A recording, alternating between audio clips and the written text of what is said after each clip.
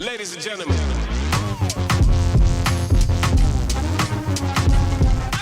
I would like to talk about the texts that have come out this past week when Justin Baldoni over the weekend, launched his website, and literally you can read every single document that he has ever owned about this. Blake Lively is roasting and toasting in the fire that she has set. On this website, it's a plethora of texts, insights into the actual conversations they were having, texts between Justin and Ryan, texts between Justin and Blake. And like I said in the opening, Blake was trying so hard to get Justin wrapped around her little finger, which is something she's done on sets before. Gossip Girl, hello, that poor dark-haired boy didn't stand a chance. What's his name? Penn Bagley? Yeah, so he was wrapped around her finger. Then she, meets Ryan Reynolds on a set and, snatches him from his wife at the time, Scarlett Johansson. And so I think she needs to be adored. I think she needs the guys in her life to think that she is so hot. I don't think she necessarily thinks that she needs to be with every guy, but she definitely needs them to be panting after her like a lovesick puppy. And she totally wanted Justin Baldoni to be really into her. Now, granted, she just had a baby. She probably wasn't feeling very confident about her body. I'm not body shaming her whatsoever. But you can see in this movie that, she did just have a baby. I'm not being mean. I'm just saying that, even the outfits that she wore, I think were not as flattering to her postpartum body as they could be. Do we need to be wearing outfits where we're showing our belly and, 2 pairs of pants? Girl, there's so many ways to look so hot after you have a baby, but this wasn't one of the ways. Anyway, all this to say, I think she was in a place in her life where she was kind of feeling down about herself. And I think that she, as a coping mechanism her whole life, has used male attention as a way to feel better. I think she really wanted Justin to think that she was super hot stuff. And so she really was trying to lay it on thick and make him want her, and he shuts her down so fast. It's the most embarrassing thing I've ever read. I am cringing so hard for her as I read these texts. But she comes at him again talking about that damn rooftop scene. Girl, let it go already. But her whole life, world, and existence is embedded in the success of this rooftop scene. And so she writes to him and she says, "I can send you my pass at the roof or just read with you when we get together next week. Let me know what you prefer." Smiley face. "If you knew me in person longer, you'd have a sense of how flirty and yummy the ball busting would play. It's my love language, spicy and playfully bold, never with teeth. And him serving it back to her is just as important. You don't usually see both the man and the woman with such agency and humor. Anyway, I can act it out for you next week to make sure it comes through. Or I could send now. Let me know what you prefer. XX." Please, Blake. He goes, "Sorry. Was just crying my eyes out as kids and family just left for another 5 weeks, and it was a shit show. Heart, heart, heart." He really wants you to know he's married happily with kids. And last time I checked, so are you.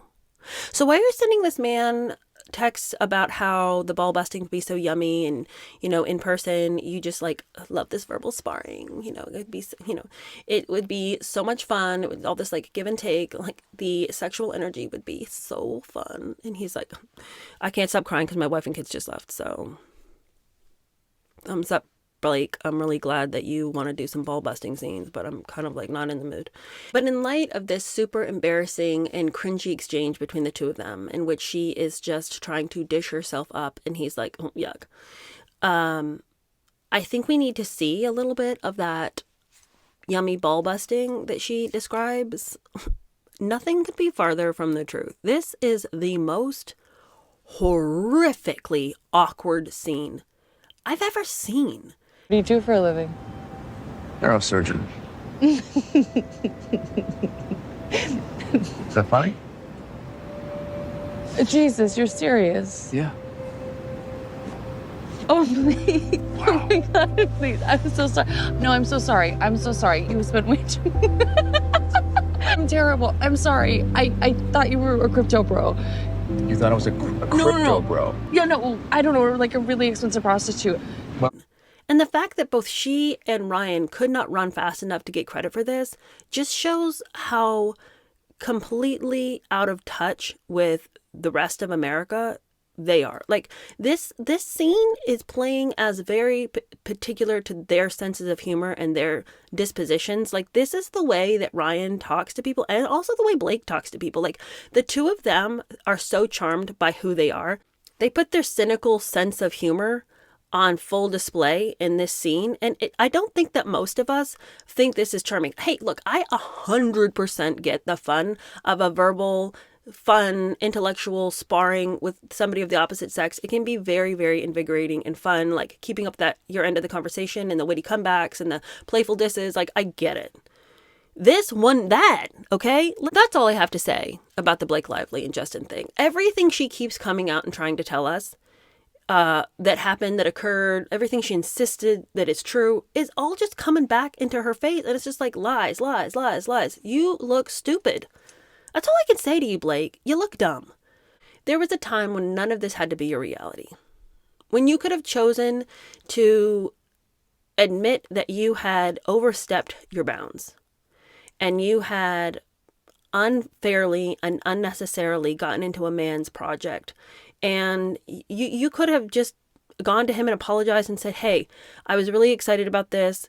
I liked the movie. I thought there might be an opportunity for my creativity and I overstepped my bounds and I deeply apologize for taking something out of your hands. And I mean, there was a time. The time is far since past. And the reality is that she looks like an idiot. And she just can't seem to admit that it's over. It's over. Like, nothing that you do now can help. Nothing. Nothing. Recede into the darkness. Do an Amber Heard. Move to Spain. Do something. Go away. But nobody is ever going to work with you again. And if you were depressed and discouraged and like, I can't believe this is happening, then this has been a wasted experience. Because if Blake could look at this and be like, wow, I have made a pattern of telling hyperbolic tales, outright lies, exaggerations in order to get my way in life, I have some deep soul searching to do. And I need to completely exit the public scene to do it. I am not the human being that I want to be. But no, she's like, I can't believe this is happening and I feel so bad. Yeah, you do feel bad because you did this to yourself. And that's the thing that makes it the worst. This isn't even something that was just thrust in your lap, but this is by your hand. And the pain of knowing that your whole life is crumbling and that you are the one that took a wrecking ball to your own life because your pride would not allow you to see that the tool in your hand was a wrecking ball. I don't know how to help you if you do not decide to take ownership for the fact that this has happened and really deeply ingrain the fact that you need to do some personal work here.